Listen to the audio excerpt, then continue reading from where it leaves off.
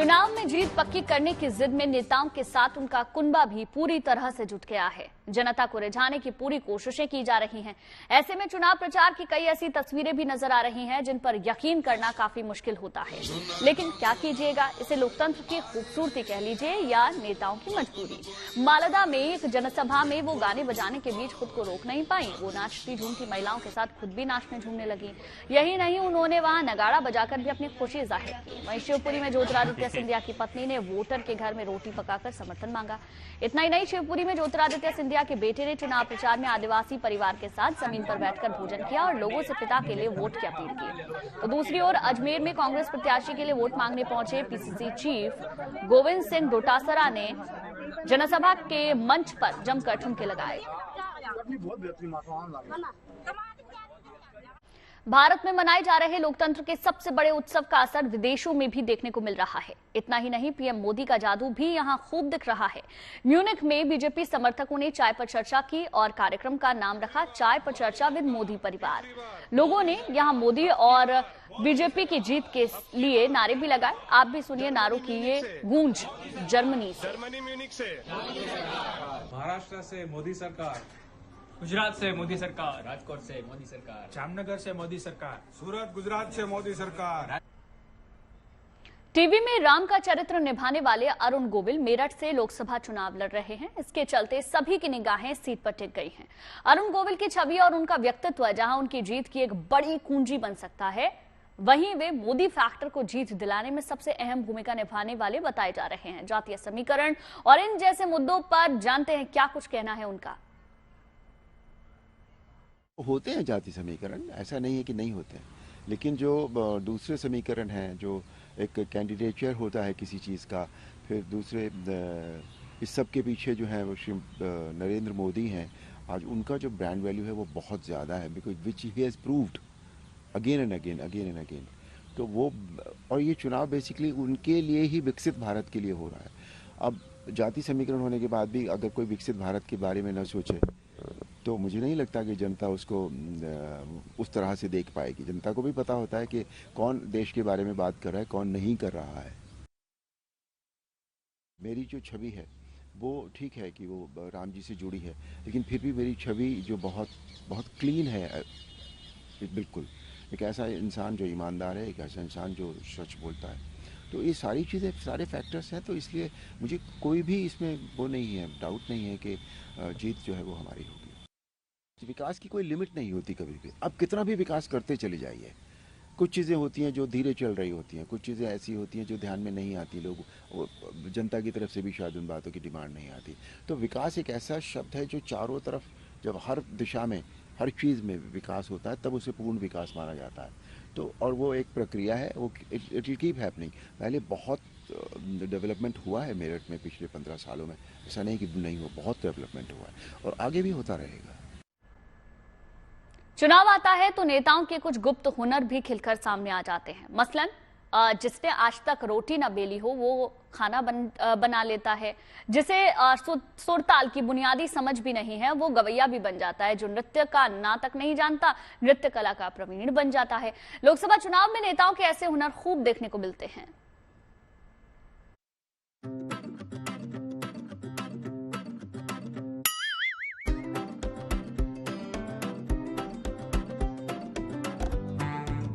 लोकतंत्र की महिमा अपरंपार है। 5 साल में एक बार ही सही गरीब की कुटिया गुलजार है, क्योंकि द्वार पर पधारे हमारे सरकार हैं। गरीब की कुटिया में वोट की रोटी सेकते ये साहब हैं केंद्रीय मंत्री और गुना शिवपुरी से बीजेपी उम्मीदवार ज्योतिरादित्य सिंधिया के बेटे महा आर्यमान। मान न मान मैं तेरा मेहमान, यही तो खूबसूरती है हमारे लोकतंत्र की। साहबजादे पधारे हैं रिजौदा गांव के एक गरीब आदिवासी परिवार के घर पर। रोटी सेक रहे हैं, खुद पा रहे हैं और गरीब को भी पवा रहे हैं। ये गरीब सब जानते हैं कि सिंधिया राज घराने के महाराज क्यों पधारे हैं, लेकिन फिर भी अभिभूत हैं। बेटा रिजौदा गांव में आदिवासी परिवार को धन्य कर रहे हैं, तो ज्योतिरादित्य की पत्नी प्रियदर्शनी राजे पहुंची हैं पिछोर तहसील के ग्राम काली पहाड़ी में एक गरीब के गरीब खाने में। चुनाव जो न कराए सो कम, इसीलिए जिनके महल में रोटी बेलने वालों की लाइन लगी रहती है वो आज खुद रोटी बेल रही हैं। अब रोटी गोल मिले या चौकोर, किसकी मजाल जो इस पर सवाल खड़े कर दे।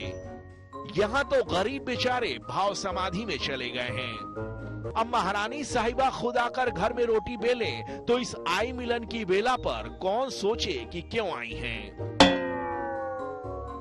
हालांकि प्रियदर्शनी राजे इस मौके पर ये भूल गईं कि गरीब के घर में चूल्हे पर रोटी सेककर उज्ज्वला योजना के अंधियारे को वो उजागर कर रही हैं।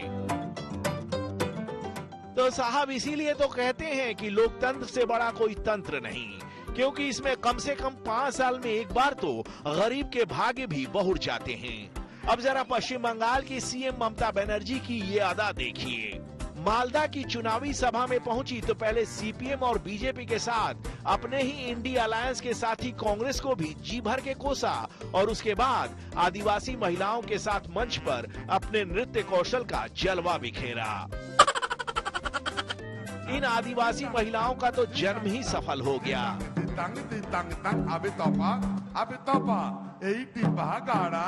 नृत्य के साथ ममता ने ड्रम बजाकर अपनी वाद्य कला का भी अलौकिक प्रदर्शन किया।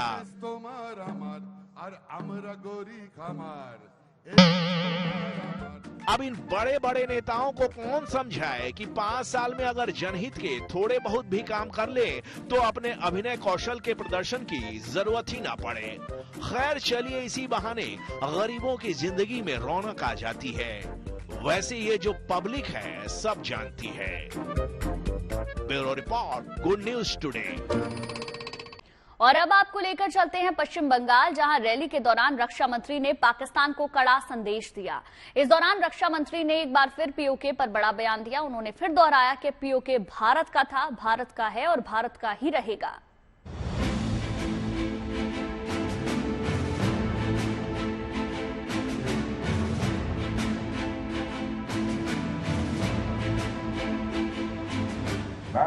पीओके हमारा था, पीओके हमारा है, पीओके हमारा रहेगा।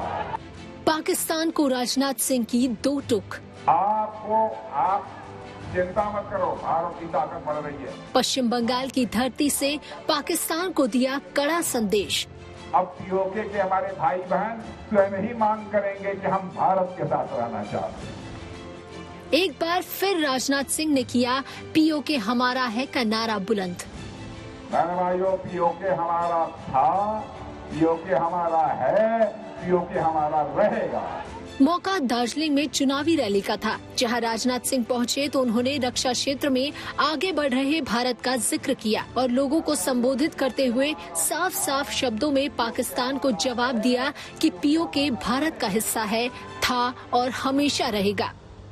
पीओके हमारा था, पीओके हमारा है, पीओके हमारा रहेगा।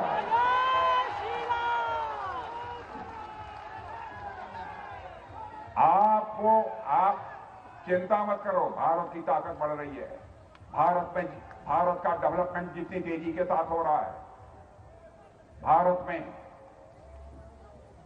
भारत की प्रतिष्ठा अंतर्राष्ट्रीय जगत में जिस तरीके से बढ़ रही है, भारत की अर्थव्यवस्था जितनी तेजी से आगे बढ़ रही है, अब पीओके के हमारे भाई बहन स्वयं ही मांग करेंगे कि हम भारत के साथ रहना चाहते हैं। लोकसभा चुनाव के लिए बीजेपी की तरफ से लगातार रैलियां हो रही हैं। इसी कड़ी में बीजेपी के वरिष्ठ नेता राजनाथ सिंह भी पश्चिम बंगाल पहुंचे थे। इस दौरान उन्होंने पाकिस्तान को कड़ा संदेश दिया। इसकी वजह पीओके में बेकाबू होते हालात हैं। पीओके में शिया समुदाय भारत के साथ मिलने की मांग कर रहा है, तो वहीं पिछले साल पीओके के मुजफ्फराबाद में रहने वाले मलिक वसीम ने भारत के प्रधानमंत्री नरेंद्र मोदी से मदद की गुहार लगाई थी। और अब राजनाथ सिंह खुद मंच से ये कह रहे हैं कि भारत की बढ़ती ताकत को देख पीओके के लोग जल्द ही भारत में शामिल होंगे। अब पीओके के हमारे भाई बहन स्वयं ही मांग करेंगे कि हम भारत के साथ रहना चाहते हैं। पीओके को लेकर भारत का रुख हमेशा से साफ रहा है, लेकिन रक्षा मंत्री की इस हुंकार के बाद पाकिस्तान तक खलबली है। पाकिस्तान के कब्जे वाले कश्मीर में हाल के सालों में जिस तरह से पाकिस्तान विरोधी प्रदर्शन तेज हुए हैं और भारत को लेकर लोगों का रवैया सकारात्मक हुआ है, उससे यही लगता है कि आज नहीं तो कल पाकिस्तान के कब्जे वाले इस भूमि पर भी तिरंगा शान से लहराएगा। Bureau report, good news today. देश भर में तापमान के साथ साथ सियासी पारा भी चढ़ता जा रहा है। भीषण गर्मी के बीच नेताओं का धुआंधार प्रचार और रैलियां जारी हैं। 26 अप्रैल को होने वाले दूसरे चरण के मतदान के लिए उत्तर से लेकर दक्षिण तक सभी पार्टियों के नेता चुनावी गर्मी को बढ़ाने में जुट गए हैं। देखिए खास रिपोर्ट।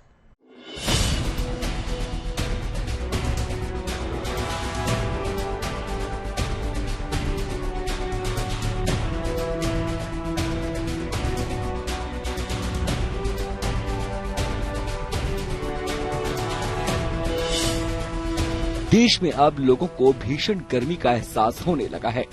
वैसे तो हर साल अप्रैल मई के महीने में पारा चढ़ता है, लेकिन इस बार तापमान के साथ साथ सियासी पारा भी आसमान छू रहा है।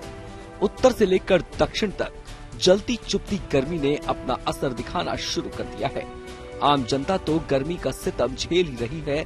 इसी बीच नेताजी लोग तो अग्निपथ पर निकल पड़े हैं। भीषण गर्मी और लू के बीच सभी पार्टियों के नेता इन दिनों घर घर गली गली चुनाव प्रचार कर रहे हैं।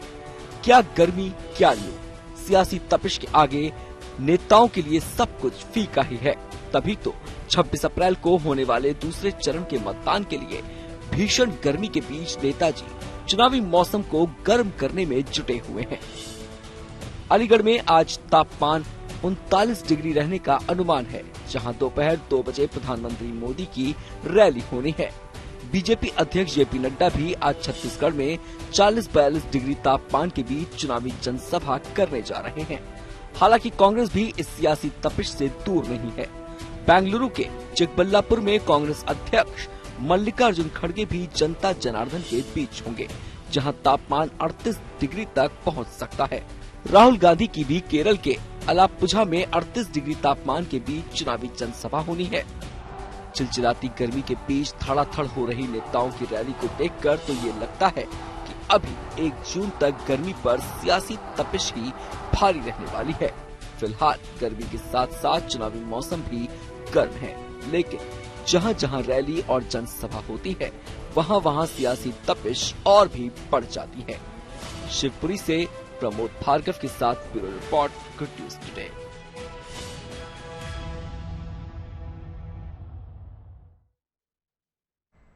मौसम में तेजी से बदलाव हो रहा है और गर्मी बढ़ती जा रही है। अप्रैल के आखिरी दिनों में हर दिन तापमान बढ़ने का अनुमान है। पहले चरण के मतदान में भी गर्मी चरम पर थी। बताया गया कि इसकी वजह से 4 से 8% कम वोटिंग देखने के लिए मिली। ऐसे में दूसरे चरण में 26 अप्रैल को मतदान होना है, जिसमें पारा बढ़ने की उम्मीद है। दूसरे चरण में उत्तर प्रदेश की 8 सीटों पर मतदान होना है, जिसमें बात मेरठ के तापमान की करें तो उस दिन वहां 41 डिग्री तापमान रहेगा। वहीं बागपत में 40 डिग्री से ज्यादा तापमान देखा जा सकता है। मौसम विभाग के मुताबिक अप्रैल के आखिरी में यही हाल ज्यादातर इलाकों में रहेगा। गौतम बुद्ध नगर की बात करें तो 41 डिग्री के पार पारा। इसके अलावा राजस्थान की बात करें तो यहां पर भी यही हाल है और टोंक में दूसरे चरण का मतदान करीब 40 डिग्री तापमान में होगा। उदयपुर की बात करें तो 26 अप्रैल को तापमान 37 डिग्री के लगभग रहने वाला है। महाराष्ट्र की बात करें तो महाराष्ट्र के नांदेड़ में तापमान 41 डिग्री रहेगा। वहीं अमरावती में भी गर्मी प्रचंड पड़ने वाली है। अमरावती में करीब 39 डिग्री तापमान रह सकता है। कुछ यही हाल दक्षिण भारत का भी है। कर्नाटक की बात करें तो दूसरे चरण के मतदान के लिए गर्मी भीषण होगी। मौसम विभाग के मुताबिक बेंगलुरु में तापमान 38 डिग्री रह सकता है। मैसूर की बात करें तो 38 डिग्री टेम्परेचर यहां पर भी रहने वाला है। तो यानी कि तपती गर्मी के बीच में मतदान के लिए लोगों को जाना होगा।